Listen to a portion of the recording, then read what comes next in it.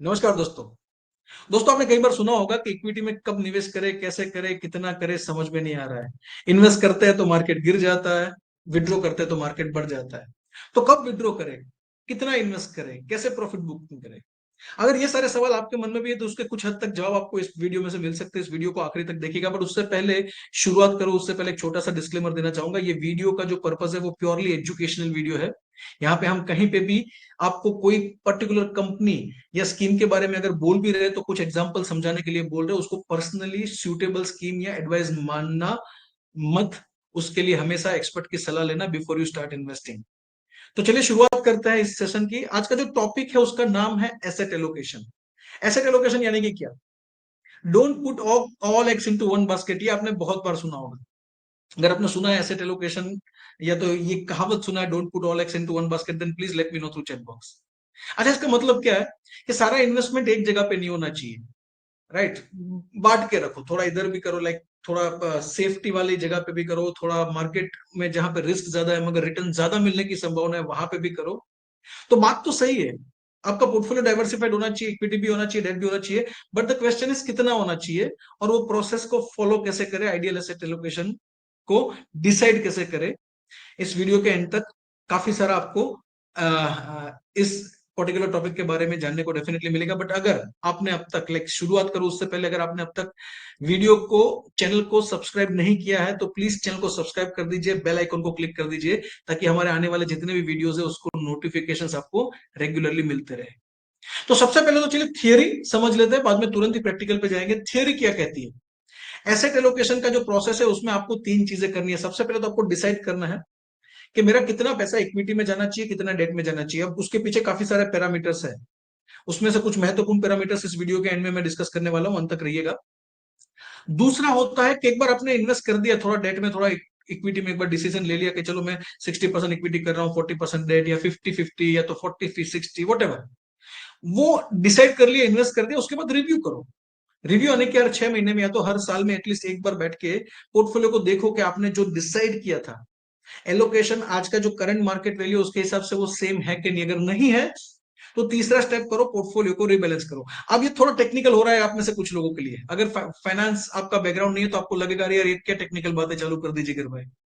तो मैं आपको बहुत सिंपल एग्जांपल के साथ समझाऊंगा एसेट एलोकेशन का प्रोसेस क्या होता है, कैसे होता है। तो चलिए दोस्तों, मान के चलते हैं कि एक इन्वेस्टर है जो इन्वेस्टमेंट करना चाहता है, या आप या मैं वट एवर, 1 लाख रुपए का 1 लाख इन्वेस्टमेंट करना और एसेट एलोकेशन डिसाइड किया 50-50। अब 50-50 करो, 60-40 करो, 70-30 करो, कोई भी एसेट एलोकेशन डिसाइड करो। उसके कुछ बेनिफिट ऐसे है जो आपको सबको ऑलमोस्ट मिलेंगे ही। तो वो बेनिफिट समझाने के लिए केस स्टडी हम देख रहे हैं। 50-50 का मतलब क्या है? 1 लाख में से 50% आपने ये डेट में इन्वेस्ट किया, 50% इक्विटी में। अच्छा, ये अगर 40-60 होता तो क्या करते आप? 40,000 डेट में इन्वेस्ट करते, 60,000 इक्विटी में। मैं अभी सहूलियत के लिए समझने में आसानी हो इस 50-50 का एलोकेशन लेके चल रहा हूं। मान लीजिए आपने डिसाइड किया आपका 50% इक्विटी में होना चाहिए, 50% डेट में। अब दोनों में सेम रिटर्न तो आना नहीं है, दोनों में रिटर्न अलग अलग आएगा। तो आपने क्या किया? आपने देखा, 1 साल के बाद रिव्यू किया, उसमें डेट में आपको 60% रिटर्न मिला है और इक्विटी में आपको मिला है 20% रिटर्न। तो होगा क्या? आपको प्रॉफिट जो होगा, प्रॉफिट डेट में 60% यानी कि 3500 मिला, इक्विटी में आपको 10,000 मिला। तो final value at the end of 1 year क्या हुआ? डेट में आपका रहा 53,500, यानी कि 50,000 इन्वेस्टमेंट था, 3500 बेनिफिट, और इक्विटी में आपका बना 60,000 विद द प्रॉफिट। तो टोटल मार्केट वैल्यू क्या बना आपका? 1,13,500। अब रीबैलेंसिंग का मतलब क्या है? आइडियल एलोकेशन आपका पोर्टफोलियो का आपको रखना है जो आपने डिसाइड किया था वो 50-50। तो अगर 1,13,000 का 50-50 करूं तो होना चाहिए 56,750 डेट में और 56,750 इक्विटी में। पर इस केस में देखिए इक्विटी में ज्यादा है, कितना? 60,000 रुपए। 56,750 की जगह पे 60,000 है, ज्यादा है। तो कितना ज्यादा है? चलिए फाइंड आउट करते हैं। 3,250 रुपए इक्विटी में ज्यादा है, जितने होने चाहिए उससे ज्यादा है। तो माइनस यानी कि वहां से निकाल लो और देखो डेट में कितने कम पड़ रहे हैं। डेट में 32, तो जितना इक्विटी में ज्यादा उतना डेट में कम पड़ रहा है। तो आप इक्विटी में से प्रॉफिट बुक करो, डेट में इन्वेस्ट कर दो। तो आपका रीएलोकेशन हो गया 56,750 इन डेट, 56,750 इन इक्विटी। तो ये सिंपल प्रोसेस जो हमने अभी थियरी में देखा था, प्रैक्टिकली उसको ऐसे फॉलो करते हैं। अब इसका फायदा क्या हुआ, इक्विटी में आपको 20% रिटर्न मिला। अब 20% रिटर्न मिला, 10,000 प्रॉफिट हुआ। उसमें से जस्ट बिकॉज आपने एसेट एलोकेशन फॉलो किया तो 3,250 का प्रॉफिट बुक हो गया, यानी कि जब प्रॉफिट ज्यादा था उसमें से पार्शियल प्रॉफिट बुकिंग हो गया। देखिए, एसेट एलोकेशन आपको प्रॉफिट बुकिंग में हेल्प करेगा, but not in entire profit booking. वो आपको पार्शियल प्रॉफिट बुक करने में हेल्प करेगा।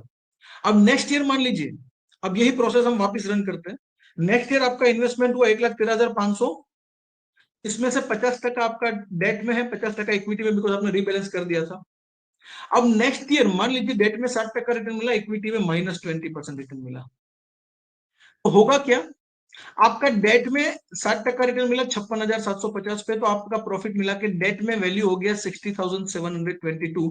अब इक्विटी में कम हो गया बिकॉज 20% रिटर्न नेगेटिव आया। तो नॉर्मली हम इक्विटी में ज्यादा इन्वेस्ट करना कब पसंद करते हैं, जब मार्केट गिरता है। तो ऐसे टाइम में आप रीबैलेंसिंग करोगे तो 1,06,100 रुपए आपका वैल्यू है, उसमें से 50-50 यानी कि 53,061 होना चाहिए डेट और इक्विटी दोनों में।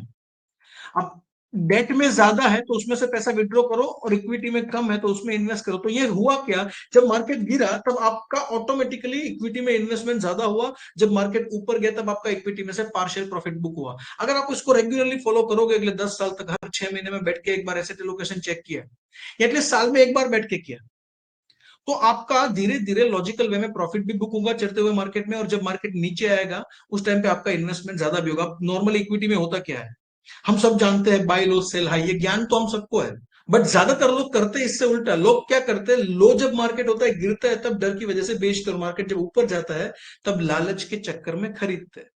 कर नहीं पाते, फियर और ग्रिड के चक्कर में लॉजिकली महंगे में बेचना, सस्ते में खरीदना, करनी। महंगा और सस्ता, एब्सोल्यूट महंगा और सस्ता तो पता ही नहीं है, टॉप और बॉटम प्रेडिक्ट करना मुश्किल ही नहीं, नामुमकिन है।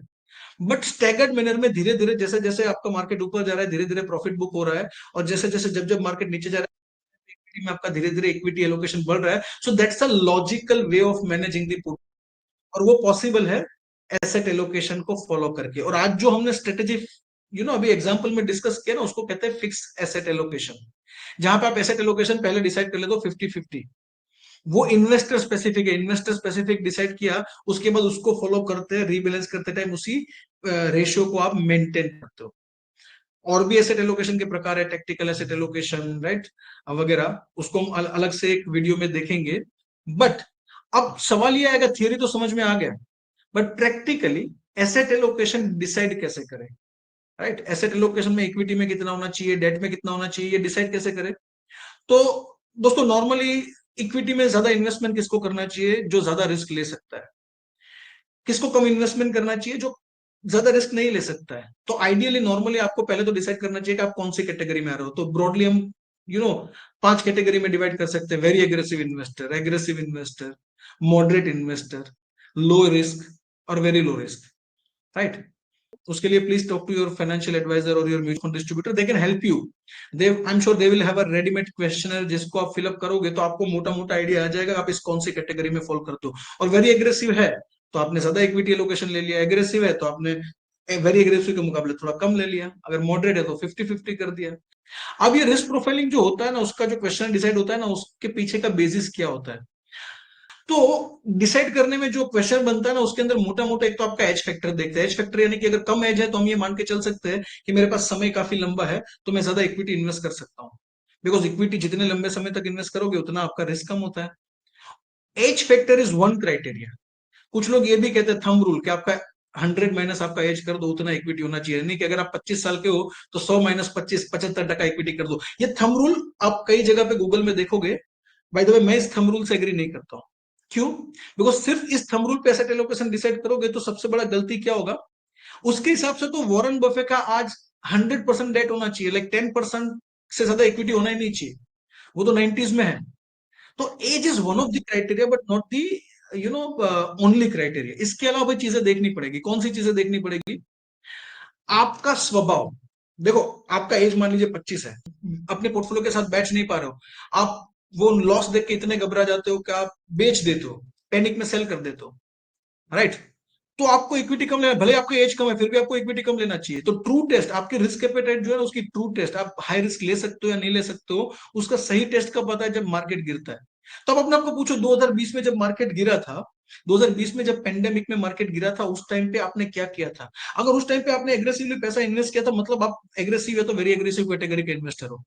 सो आपने लास्ट मंदी में क्या किया था वो देखो, तो उससे भी आपको समझ में आएगा। ट्रू टेस्ट मंदी में होता है कि आपका रिस्क एपेटाइट ज्यादा है या कम है, वो देखने का। दूसरा, टाइम होराइजन देखना पड़ता है। भले आप हाई रिस्क टेकर हो, बट 1 साल के लिए इन्वेस्टमेंट है। 1 साल के बाद मान लीजिए बेटे की शादी है, बेटी की शादी है, उसके लिए पैसा मैंने इकट्ठा किया था, अब वो सेव करना है, उसको कहां पे रखूं? तो 1 साल का पैसा है तो उसको इक्विटी में नहीं रखना चाहिए। इक्विटी भले ही आप कितने भी वेरी एग्रेसिव इन्वेस्टर हो, equity is not ideal asset class for short term. इसके लिए हमने जो फाइनेंशियल लिटरेसी का एक वीडियो बनाया था, उसमें डिटेल में बात किया था।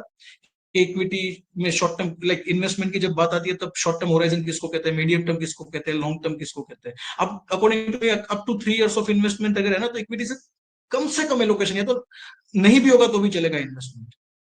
3 से 5 साल का होराइजन है तो आप इक्विटी और डेट दोनों में थोड़ा थोड़ा एलोकेशन ले सकते हो। अगर 5 साल से ऊपर का इन्वेस्टमेंट है तो इक्विटी ज्यादा, यानी कि आपका टाइम होराइजन भी मैटर करता है। तो जब भी इन्वेस्ट करते हो तो एक तो आपको आपका रिस्क प्रोफाइल देखना है, बट साथ में आपको यह भी देखना है कि इस पैसे को कितने समय तक आप बोल सकते हो, कौन से गोल के लिए इन्वेस्ट किया है। तब जाके आप राइट एलोकेशन डिसाइड कर पाओगे। तो हो सकता है कि आपका रिटायरमेंट का पोर्टफोलियो, उसका एसेट एलोकेशन आपने 80-20 डिसाइड किया, बट साथ में आपका एक दूसरा पोर्टफोलियो था जो आपके बेटे की शादी या तो बेटी को आपको भेजना था अब्रॉड स्टडी के लिए, उसके लिए था। बट वो सिर्फ 2 साल के बाद गोल्ड ड्यू हो रहा है, तो उसके अंदर आपने इक्विटी कम रखा। तो यस, रिस्क प्रोफाइल मैटर करता है, एज मैटर करता है, बट साथ में टाइम होराइजन भी देखना बहुत जरूरी है। राइट। एंड आप आपका रिस्क प्रोफाइल आपको क्या लग रहा है, आपका रिस्क प्रोफाइल क्या है? आप मुझे कमेंट बॉक्स में बताइए कि आपको क्या लगता है कि आपका रिस्क प्रोफाइल क्या है। आप लो रिस्क टेकर हो, मीडियम हो, हाई हो, वेरी हाई हो, या एक्सट्रीमली हाई हो? और आप मुझे उसका रैशनल दीजिए। बट एक चीज मैं आपको बता दूं, आपको जो लग रहा है वो सही होगा जरूरी नहीं है। आपका रिस्क एपेटाइट कितना है वो एक्चुअली टेस्ट होता है, जैसे मैं पहले भी बोल चुका हूं, मंदी के समय में। बट आपको क्या लगता है आपका रिस्क एपेटाइट क्या है, मुझे चैट बॉक्स में बताइए। और आप अपने एक बार, अगर आपने अभी भी कभी अभी तक कभी ये प्रोसेस को फॉलो नहीं किया रिस्क प्रोफाइलिंग वाला, तो please talk to your financial advisor या तो म्यूचुअल फंड डिस्ट्रीब्यूटर, जिससे अभी आप इन्वेस्टमेंट का सलाह ले रहे हो, उसको बोलो मुझे रिस्क प्रोफाइलिंग करना है। सो वो आपको एक क्वेश्चन देंगे जिसके अंदर अलग अलग क्वेश्चन है। वो क्वेश्चन का ऑब्जेक्टिव एक ही है कि वो सारे क्राइटेरिया, एज है, आपका स्वभाव क्या है, आपका टाइम होराइजन क्या है, वो सारा चीजों को ध्यान में रख के एक आपको ब्रॉड आइडिया देता है कि आपका रिस्क एपेटाइट क्या है, आप किस तरीके के कैटेगरी के इन्वेस्टर हो। एंड ये रिस्क प्रोफाइलिंग के टूल्स जो है उसके अंदर भी गलती हो सकती है। मतलब कुछ सवाल के जवाब तेजी में जो दोगे, वो मंदी में सेम क्वेश्चन लेके बैठोगे तो अलग भी हो सकता है। Right. So I am not saying कि risk profiling is the best tool, but yeah once you need to go through this process called risk profiling, उससे आपको ब्रॉडर आइडिया आ जाता है। Right. So please do your risk profiling. Always, I think one should know his or her own risk profile before investing. Rebalancing is very crucial, जैसे मैंने आपको कहा। Time to time, जैसे जैसे समय आगे बढ़ता है, तो दो कारण हैं जिसकी वजह से रीबैलेंसिंग करना चाहिए एसेट एलोकेशन में। एक तो मैंने आपको बताया कि रीबैलेंसिंग करोगे तब जाके आप राइट वे में प्रॉफिट बुकिंग भी कर पाओगे, राइट वे में आप री एंट्री भी इक्विटी में कर पाओगे, जो हमने एक्सेल के एग्जांपल में देखा। दूसरा, rebalancing not only of the portfolio but rebalancing of asset allocation is also required. मतलब क्या है कि मान लीजिए आज आपका एज 30 का है, आज आपकी इनकम कम है, उसके हिसाब से आपके फाइनेंशियल गोल्स जो है ना, वो बहुत मान लीजिए शॉर्ट है, जो भी इन्वेस्टमेंट कर रहे हो आप वो शॉर्ट है। अभी आपके पास फाइनेंशियल एक्सपीरियंस भी नहीं है, इक्विटी मार्केट का, कैपिटल मार्केट का नॉलेज भी नहीं है, समझ आपको ज्यादा ज्ञान नहीं है। तो आपका रिस्क एपेटाइट मान लीजिए कि मॉडरेट है। बट हो सकता है 5 साल 10 साल आप स्टे इन्वेस्टेड रहे इक्विटी मार्केट में, धीरे धीरे मार्केट को समझने लगेंगे, धीरे धीरे समझने लगेंगे लास्ट टाइम पैनिक में मैंने बेच दिया था, बट पैनिक में बेचना नहीं चाहिए, इन्वेस्ट करना चाहिए। और अब मैं मेंटली स्ट्रांग हूं, मैं अब नेक्स्ट टाइम करेक्शन में डरूंगा नहीं और ज्यादा इन्वेस्ट करूंगा। अगर वो आपको कन्विक्शन आ रहा है, मतलब आपका रिस्क प्रोफाइल चेंज भी हो सकता है।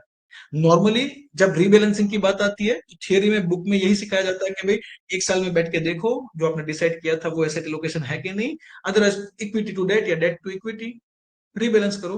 बट मेरा पर्सनल मानना यह है कि एसेट एलोकेशन और रिस्क प्रोफाइल को भी रीबैलेंस करना चाहिए, हर 3 साल में एक बार चेक करना चाहिए कि आपका रिस्क प्रोफाइल वही का वही है या उसमें कुछ बदलाव भी आया है। बिकॉज हम जब ब्लड के रिपोर्ट भी करवाते हैं ना, जैसे कि कोलेस्ट्रॉल की रिपोर्ट, तो एक बार आपने रिपोर्ट करवा दिया, तो उससे समझ में नहीं आता, उसके बाद आपकी जीवन में बदलाव आता है, खाने पीने में बदलाव आता है, आपने मान लीजिए मेडिकेशन में बदलाव किए, लाइफस्टाइल में बदलाव किए, तो वो आपका कोलेस्ट्रॉल का लेवल भी फ्लक्चुएट करता है।